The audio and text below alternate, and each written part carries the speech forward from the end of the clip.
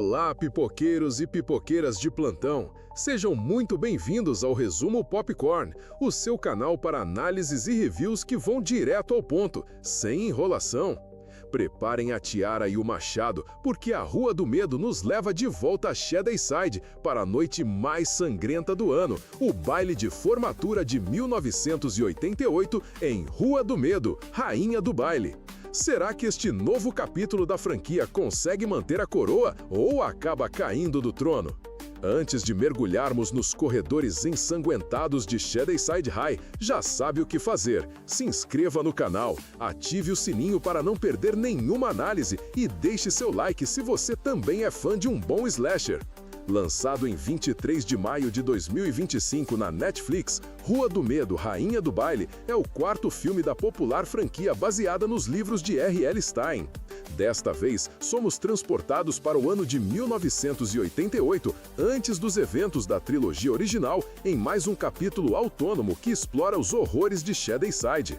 A escolha de uma ambientação anterior aos filmes de 2021 permite que a narrativa explore novas facetas da cidade amaldiçoada, sem a necessidade de se conectar diretamente com os arcos dos personagens anteriores, oferecendo uma experiência mais independente para o público. A direção fica por conta de Matt Palmer, que assume o bastão de Lady Aniak, diretora dos 3 primeiros filmes.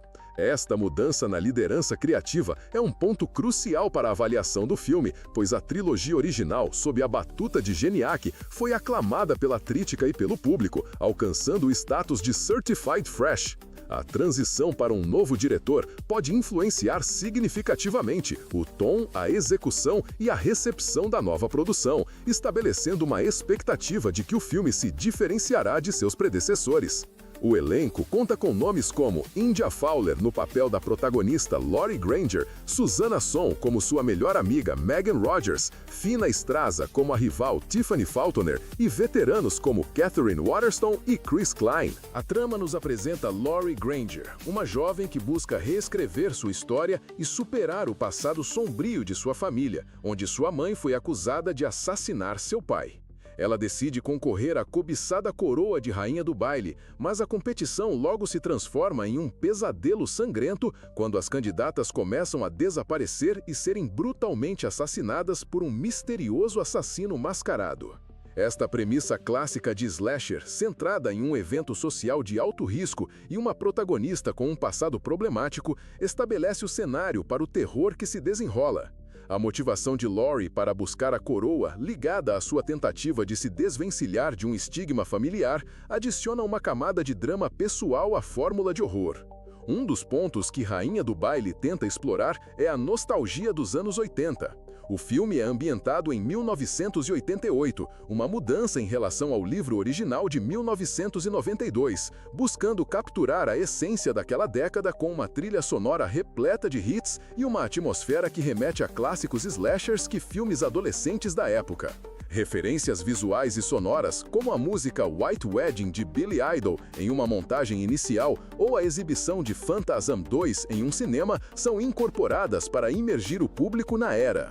O filme também busca homenagear obras como Prom Night, Heathers e Mean Girls, tentando se posicionar dentro de uma linhagem de filmes de terror e drama adolescente.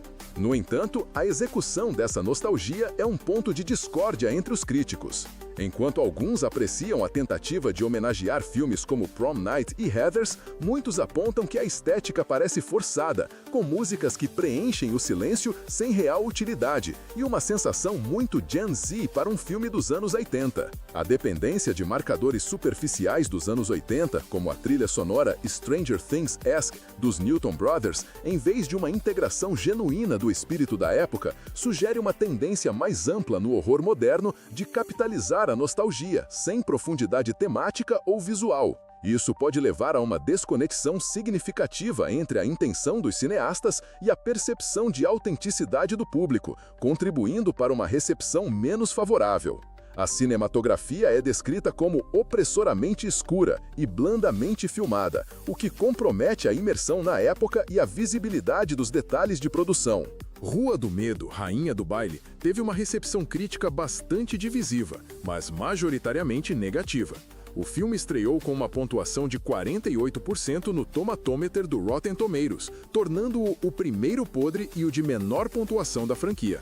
Para contextualizar, a trilogia original teve pontuações significativamente mais altas: 1994 com 84%, 1978 com 88% e 1666 com 89%, todos Certified Fresh. Esta queda drástica nas pontuações do Rotten Tomatoes é um indicador quantitativo claro de um declínio substancial na qualidade percebida pela crítica. Essa forte queda levanta questões sobre o futuro da franquia, apesar dos anúncios anteriores de R.L. Stine sobre o desenvolvimento de mais filmes, sugerindo uma possível reavaliação do investimento da Netflix devido à má recepção. As críticas mais frequentes apontam para um enredo fracamente construído e uma releitura total do material original que o transforma em um slasher genérico e sem alma. Os personagens são descritos como horrivelmente escritos, com a protagonista Lori Granger sendo vista como sem personalidade e outros como unidimensionais, parecendo que o diretor e o roteirista odeiam seus próprios personagens. A eficácia do horror também é questionada, com mortes consideradas mecânicas e sem suspense, onde as vítimas simplesmente ficam paradas. Mesmo o gore, embora presente, é tido como muito artificial e barato, não conseguindo compensar a falta de tensão.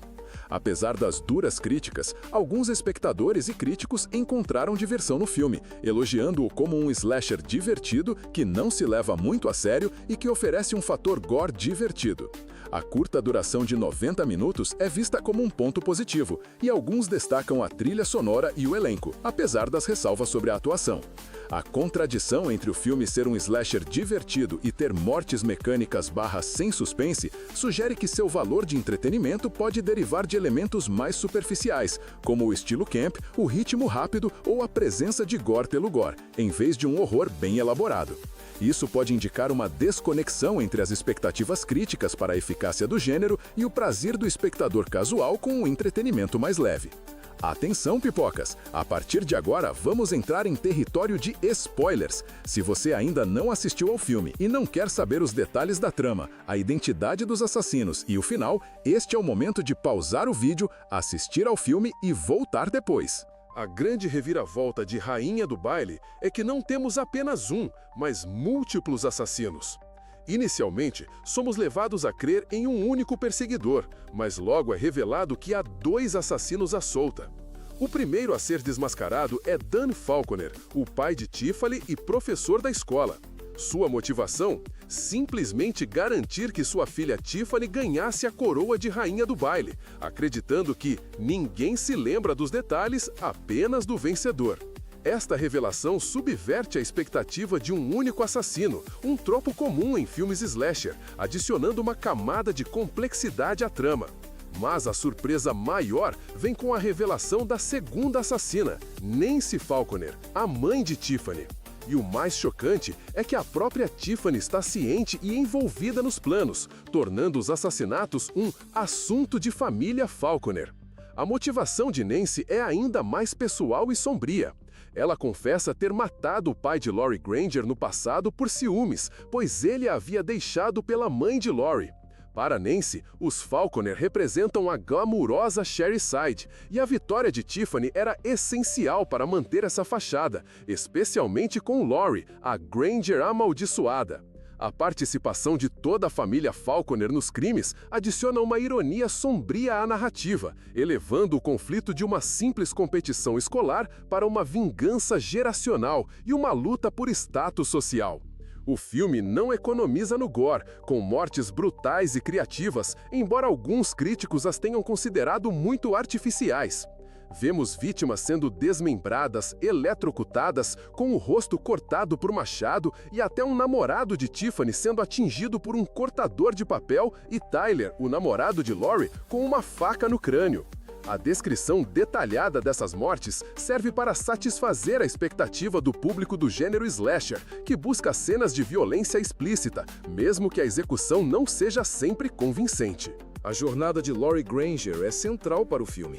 Ela busca se libertar da sombra da acusação de sua mãe e se reinventar, usando a corrida para a rainha do baile como um meio de se definir por seus próprios méritos. Após as revelações dos assassinos, Lori se vê em uma luta pela sobrevivência contra a família Falconer. Em um confronto tenso na casa de Tiffany, Lori consegue se defender, empurrando Tiffany, que acaba empalada em uma estátua. Em seguida, ela usa um troféu para golpear Nancy, deixando-a para morrer. O arco narrativo de Lori, embora tente cumprir o clássico papel da Final Girl, de azarão a sobrevivente, é criticado por ser inacreditável e mal desenvolvido. Isso indica uma falha no desenvolvimento do personagem, onde a transformação pretendida parece não ser justificada pela narrativa, diminuindo o impacto de sua vitória final. A cena pós-créditos é um elo crucial com a mitologia da Rua do Medo. Vemos o sangue de Nancy formando a Marca da Bruxa, um símbolo que remete à maldição de Shadyside e ao pacto da família Good com o diabo em 1666. Isso sugere que Nancy, assim como outros assassinos da franquia, pode ter sido uma vítima da maldição, que transforma almas em assassinos para alimentar o diabo. Curiosamente, o diretor Matt Palmer revelou que essa cena era um resquício de uma ideia maior para um filme de pânico satânico em 1990, e que a identidade dos assassinos foi alterada em relação ao livro para surpreender os fãs. A conexão da cena pós-créditos com a maldição maior de Shadyside tenta integrar o filme à mitologia abrangente da franquia. No entanto, o comentário do diretor de que era um resquício de um enredo maior e não realizado sugere uma oportunidade perdida para uma exploração temática mais profunda e uma narrativa mais coesa, o que pode fazer com que o filme pareça narrativamente truncado ou menos impactante dentro do universo mais amplo. É interessante notar que, embora a maldição possa justificar as ações de Nancy, o filme implicitamente deixa claro que o marido dela, Dan, agiu por pura maldade humana, sem a influência da maldição. Esta distinção explícita de que Nancy foi amaldiçoada, mas Dan agiu por pura malícia humana, adiciona uma camada de nuance à exploração do mal na franquia. Isso impede que a maldição seja uma explicação conveniente para todos os horrores em Shadyside, permitindo a presença do mal impulsionado pelo ser humano e complicando a compreensão temática do bem versus o mal na série. Então, pipoqueiros, Rua do Medo, Rainha do Baile é um filme que tenta, mas tropeça na própria coroa. Ele oferece alguns momentos de diversão e gore para os fãs de slasher mais casuais, e a reviravolta dos assassinos é um ponto alto. No entanto, suas falhas em roteiro, desenvolvimento de personagens e autenticidade da ambientação o deixam aquém do legado da trilogia original. Se você é um fã ávido de Rua do Medo e quer ver como a maldição de Shadyside continua, pode dar uma chance, mas vá com as expectativas mais baixas do que a pontuação no Rotten Tomatoes. E aí, o que você achou de Rua do Medo, Rainha do Baile? Concorda com a nossa análise? Deixe seu comentário aqui embaixo. Até a próxima análise!